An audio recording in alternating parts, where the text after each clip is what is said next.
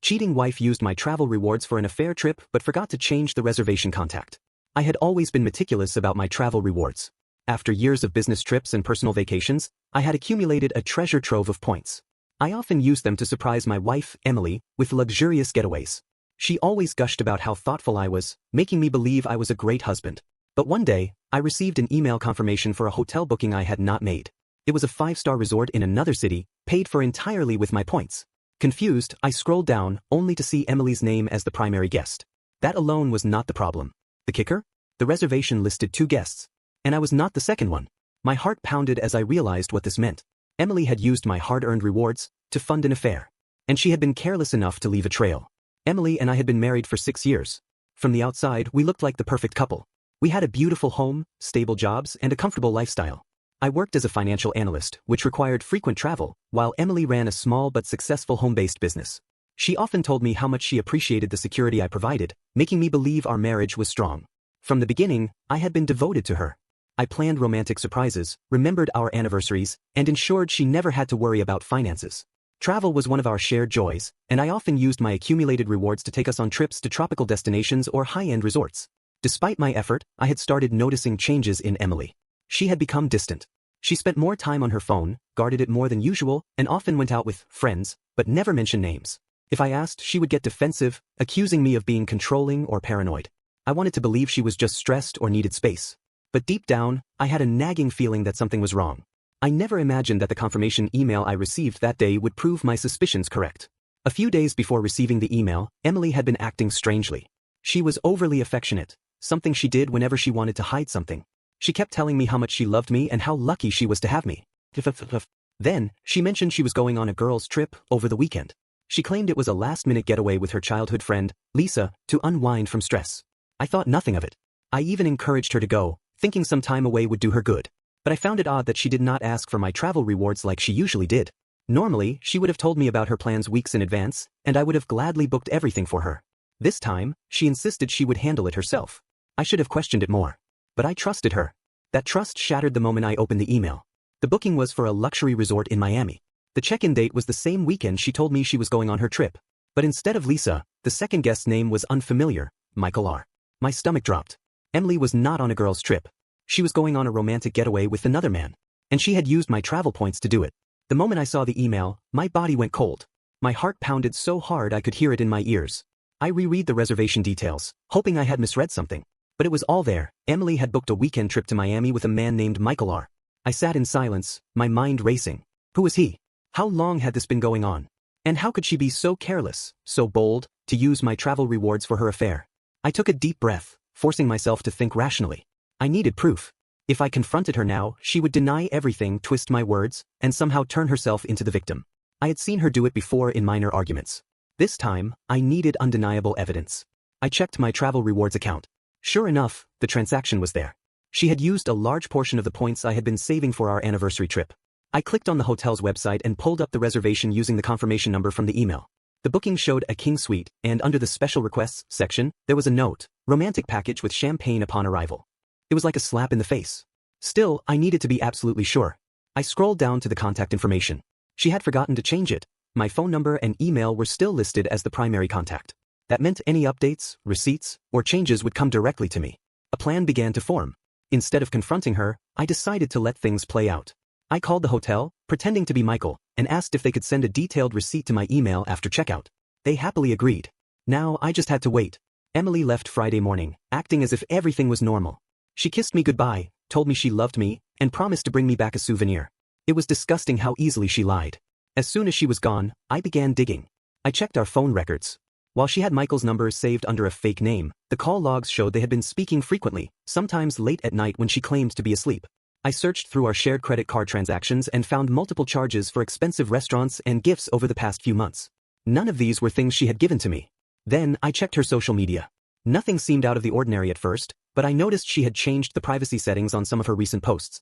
When I used a friend's account to view her profile, I found new pictures, ones I could not see from my own account. There were photos of her at fancy dinners, wearing outfits I had never seen before. But what stood out the most was a blurry reflection in one of the restaurant's windows. A man. Michael. My hands clenched into fists. I had been faithful. Loyal. I had given her everything. And this was how she repaid me? On Sunday evening, as she was likely packing up to return home, I received an email from the hotel. The detailed receipt confirmed everything.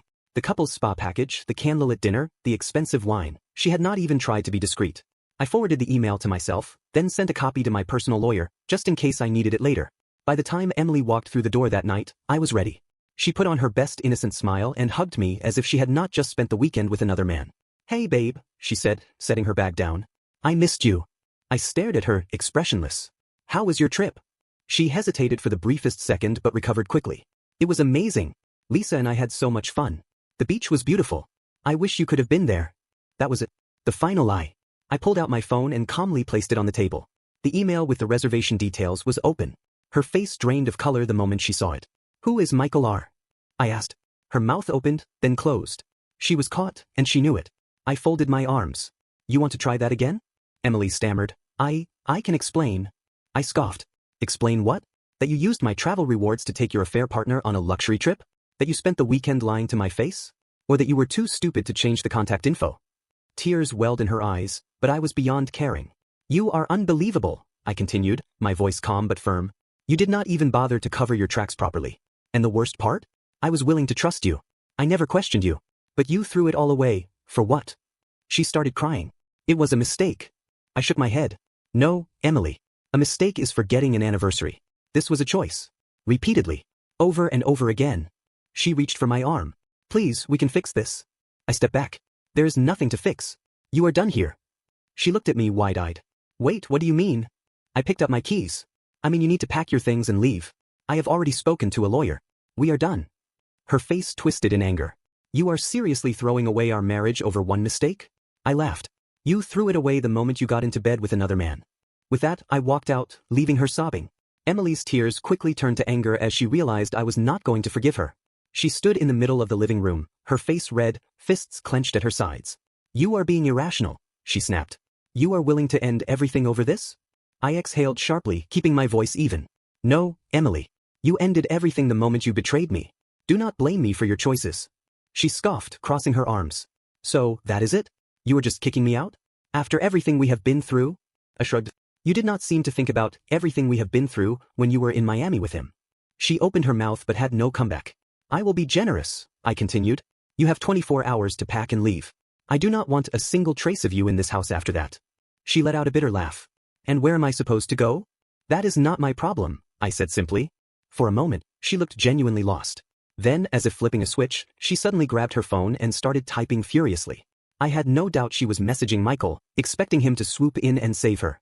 I watched her silently, waiting for reality to sink in. After a few minutes, her face changed. Her fingers stopped moving. "Something wrong?" I asked, tilting my head. She hesitated. "He is not answering."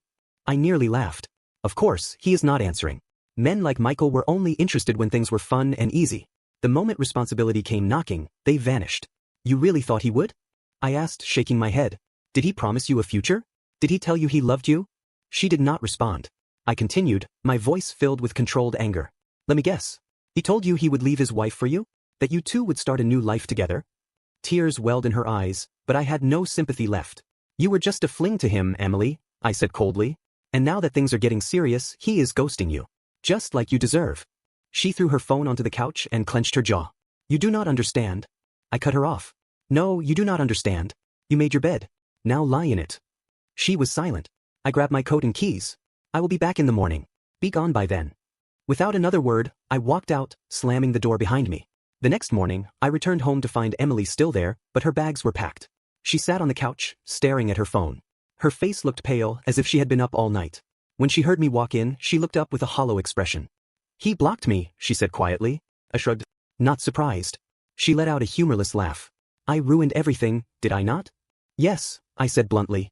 She exhaled and stood up. "So, that is it? We are done." "Yes," I repeated. "I already filed for divorce. My lawyer will send you the papers." Her lips trembled. "And what about the house?" "It is in my name," I said.